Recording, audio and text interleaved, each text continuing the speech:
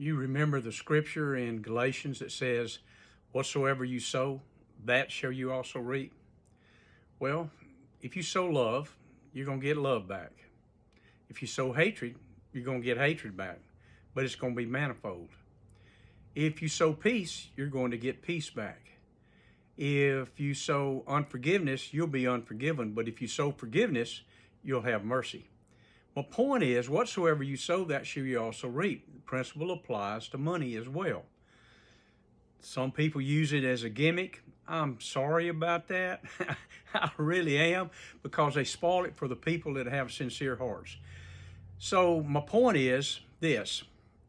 I have, from the beginning of being born again, I started giving, and I learned from some great teachers, I think, about giving. And I was really moved by that, giving money. So every time I would start a business, I would give a love offering to the Lord. First, I'd find out how much He wanted me to give. Then I would find out where He wanted me to give it. Pretty simple, right? Well, it was for me. And when I got that information, I would give it, and then I would start my business, not before. I wanted to make sure I had God's blessings on it. So during the period of time that I was born again to this present date, I've had over 20 businesses.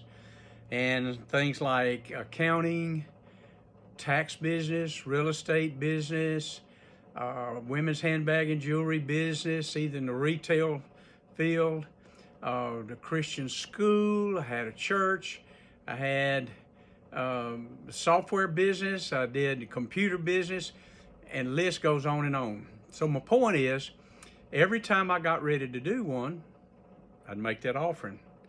And then I would start my business. What happened was God would bless those businesses. But understand something. These businesses don't last forever. So it looks like when competition would come up or my business was beginning to wane, I would give an offering. I said, Lord, do I need to go somewhere else? Do I need to do something else? Well, my life kept busy moving in different directions from time to time. I'd give another offering. A business opportunity would appear, and I would jump on it. So saying that, I made money in all of them. Some of them are still existing, like my real estate business. I'm still making money in that. My tax business, money at that. I still have my ministry, and I produce income with that, but I give a lot. So everybody has to give where God shows them to give. I can't tell you where to do that. I've never asked anybody to give to my ministry. People willfully have given to my ministry, for which I'm thankful. And it keeps me going and keeps me encouraged and it keeps me blessed, just like it would if you were to give into somebody else. I've given into the different types of things like widows, orphans, missionaries, poor people. I pray and I ask God, I said, should I give into this? And He'll tell me, and He'll tell me how much. It's pretty simple, but there's always a return, manifold more than what you gave. So if I were to tell you that money begets money, then believe that. Why? Did you realize that you start business with money? Nearly everybody does. What a better way to start it than to honor God with an offering. Say, God, will you bless my business? Now I pray for it first, and I ask God if that business is good, then I'll make the offering. And if I get an affirmative, I'll give a good offering, whatever He tells me.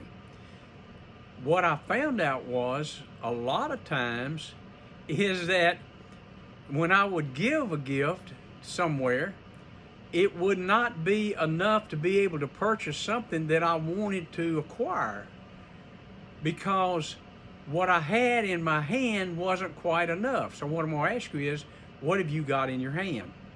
And you say, well, all I got is a little oil, or all I got is a little bread, or all I got is little fishes and loaves, and all I got is this stick, Moses said. Well, God uses what you got, believe it or not. He saves by little or by much, and He can multiply by little or by much. So this doesn't apply to just folks that are poor. middle income or high income. This applies to everybody because there's always things outside of our reach. And when there's something outside of your reach, then you can give an offering and God will multiply you, and that will come back to you in a quantifiable, multiplied measure. And it has happened to me like that over the years. I'm just passing along a good tip for you. If that's something you think would help you get your finances back up, it's not always that you always have the money when you are looking to acquire something. It's that you have something that you can give that God will multiply. That is the key. And if he could take a few little fishes and loaves and bless it to the Father and honor him and multiply it where he fed 5,000 men, not counting women and children, because it could have been anywhere from 15 to 20,000. I got to tell you, multiplication is at hand. God bless you guys and go in peace. Bye. I love you.